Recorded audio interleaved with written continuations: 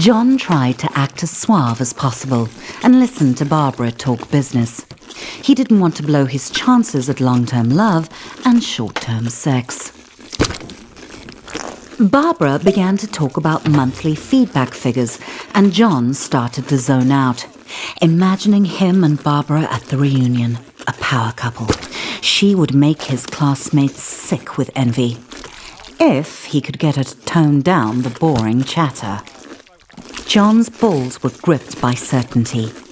Barbara was the perfect date for the reunion. John thought he would impress Barbara by going behind the bar and showing the bartender a thing or two. Despite Barbara's protests that it was unnecessary, John knew that a true gentleman should follow her home. He was excited.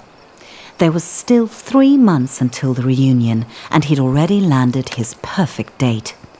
All he had to do was seal the deal.